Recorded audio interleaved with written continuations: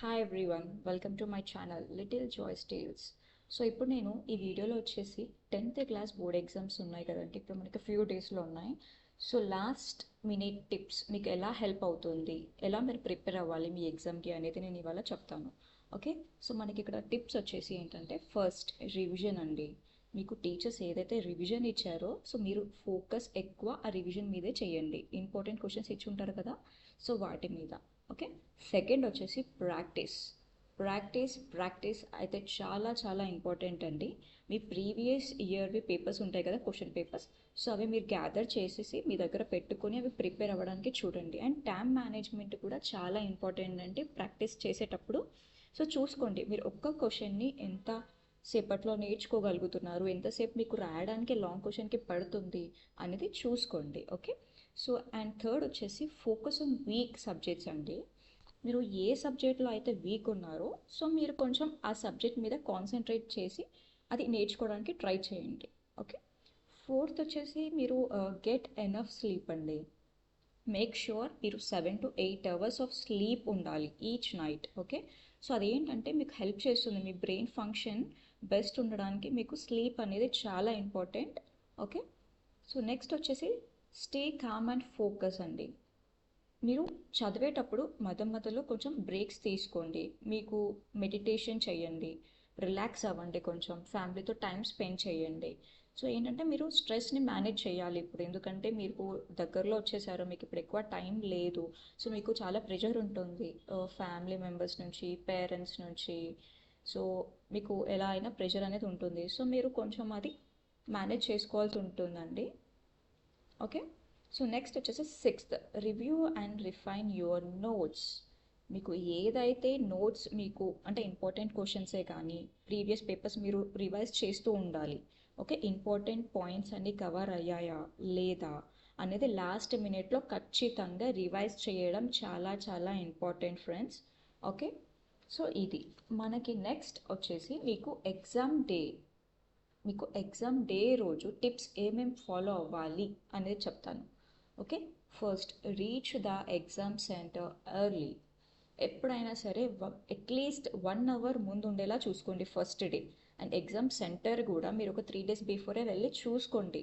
మీ hall tickets అక్కడ పెడతారు కదా, 1 day బిఫోర్ పెడతారు అనుకుంటా, ఒకసారి వెళ్ళి చెక్ చేసుకోండి మీ హాల్ టికెట్ నెంబర్ అక్కడ ఉందా లేదా అనేది. And second, bring all your necessary documents. Okay, means ID card కూడా నాకు తెలిసి అవసరం ఉంటుంది గైస్.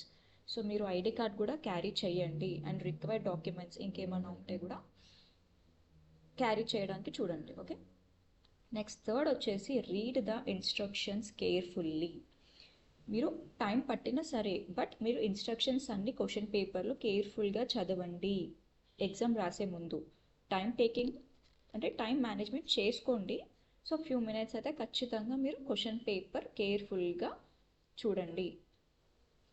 ఓకే, ఫోర్త్ పాయింట్ వచ్చేసి మేనేజ్ టైం ఎఫెక్టివ్లీ. మీరు మేక్ ష్యూర్ ఏంటి అన్ని నేను క్వశ్చన్స్ అటెంప్ట్ చేశానా చేయలేదా. సో అన్ని క్వశ్చన్స్ అటెంప్ట్ చేయడానికే చూడండి. ఒకవేళ నాకు ఈ క్వశ్చన్ రాదు అనుకుంటే కూడా రాయడానికి ట్రై చేయండి. మినిమం అన్ని క్వశ్చన్స్ కవర్ అవ్వాలి. ఓకే, సో మీరు ఫర్ ఎగ్జాంపుల్ 70 marks క్వశ్చన్ అనుకోండి, 70 marks అన్నీ అటెంప్ట్ చేసేలాగే చూడండి గైస్. ఎందుకంటే మీరు 70 marksకి అటెంప్ట్ చేస్తే మోస్ట్లీ మీకు 50 marks అయినా వచ్చే ఛాన్స్ ఉంటుంది అలా. సో మీరు ఇప్పుడే హార్డ్ వర్క్ చేయాలి, ఇది లాస్ట్ మూమెంట్. ఇంకా మీరు ఈ 10th ఎగ్జామ్స్ అయిపోతే మీకు చాలా ఫ్రీ టైం అనేది ఉంటుంది, అప్పుడు మీరు ఎంజాయ్ చేసుకోవచ్చు, మీకు కావాల్సింది మీరు చేయొచ్చు, టీవీ చూడొచ్చు, ఏమైనా చేసుకోవచ్చు గాయస్. సో ఇప్పుడు మీరు కొంచెం ఇంట్రెస్ట్గా, కొన్ని డేస్ మాత్రమే ఉన్నాయి, మంత్స్ కూడా లేదు, ఇయర్స్ కూడా లేదు.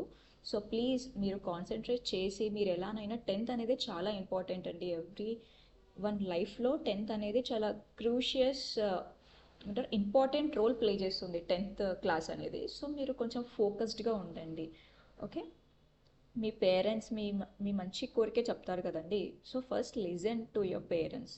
అస్సలు టెన్షన్ పడకూడదు, ఎగ్జామ్ హాల్లో రిలాక్స్గా ఉండి క్వశ్చన్స్ అన్నిటికీ ఆన్సర్ చేసేలాగా చూసుకోండి. ఓకేనా అండి. సో నెక్స్ట్ వచ్చేసి stay positive and confident. Okay, believe in yourself. First మీ మీద మీరు బిలీవ్ చేసుకోండి.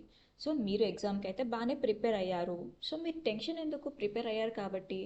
సో మీరు పొటెన్షియల్గా నేను గ్రేట్, నేను ప్రిపేర్ అయ్యాను అని మీరు మెంటల్గా ఫిక్స్ అవ్వండి గైస్. మీ మీద మీరు బిలీవ్, మీకు ఉండాలి నమ్మకం. Okay.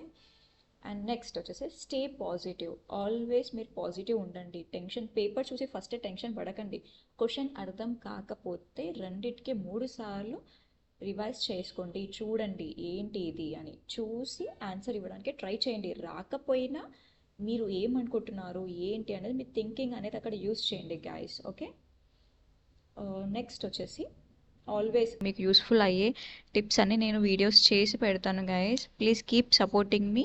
Thank you so much everyone.